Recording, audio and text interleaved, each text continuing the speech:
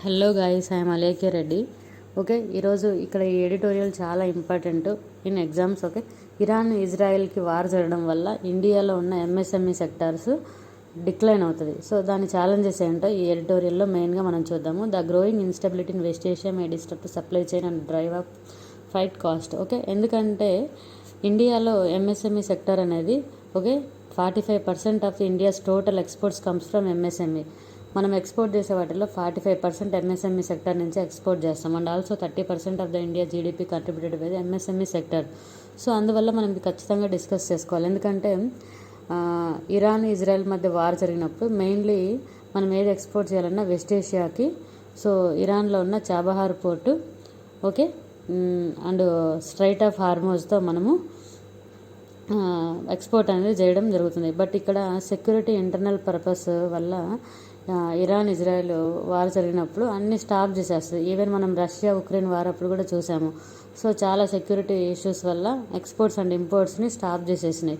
So అలా ఇక్కడ కూడా స్టాప్ చేయడం వల్ల ఎంఎస్ఎంఈ సెక్టార్, మెయిన్లీ ఎంఎస్ఎంఈ సెక్టార్లో ఇండియా నుంచి వెళ్ళేవి ఏంటంటే గ్లోబల్ ట్రేడ్ నెట్వర్క్లో okay mainly textiles, handicrafts and automotive companies. So this explosive situation West Asia particularly around key okay strait of Hormuz and Chabahar port both in Iran. So may disturb supply chain and drive up freight cost and addressing pressure on MSME exporters.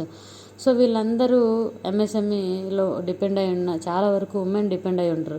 So వీళ్ళందరూ కూడా employment opportunities పోయి okay ఇండియాకి economy and GDP growth rate మీద కూడా impact అవుతుంది. And also మనం ఇంకా discuss చేయాల్సింది ఏంటంటే మనం మోస్ట్లీ క్రూడ్ ఆయిల్ అనేది వెస్ట్ ఏషియా నుంచి ఇంపోర్ట్ చేసుకుంటాం. సో ఇంపోర్ట్ చేసుకునే క్రూడ్ ఆయిల్ కూడా కాస్ట్ అనేది పెరిగిపోవడం వల్ల ఇండియాకి చాలా ఇంపాక్ట్ అవుతుంది. ఎస్పెషల్లీ ఎప్పుడైతే క్రూడ్ ఆయిల్ కాస్ట్ పెరుగుతుందో ఇండియాలో ఉన్న ఈవెన్ ఫ్రూట్స్ అండ్ వెజిటబుల్ కూడా కాస్ట్ పెరుగుతుంది. ఎందుకంటే మనము పొలం నుంచి మన ఎండ్ కన్జ్యూమర్ మన దగ్గరలో ఉన్న లొకాలిటీకి తీసుకురావాలంటే mainly from transportation oil. So ఈ ఆయిల్ పెరగడం వల్ల ఏంటంటే ఈవెన్ వెజిటబుల్స్ కాస్ట్ ఇవన్నీ కూడా పెరుగుతాయి. సో ఇవన్నీ పెరగడం వల్ల ఏంటి ఫుడ్ ఇన్ఫ్లేషన్ వస్తుంది. సో ఇది అనేది విషియస్ సర్కిల్, ఒకదానికొకటి ఇంటర్లింక్ అయ్యి ఉంటుంది.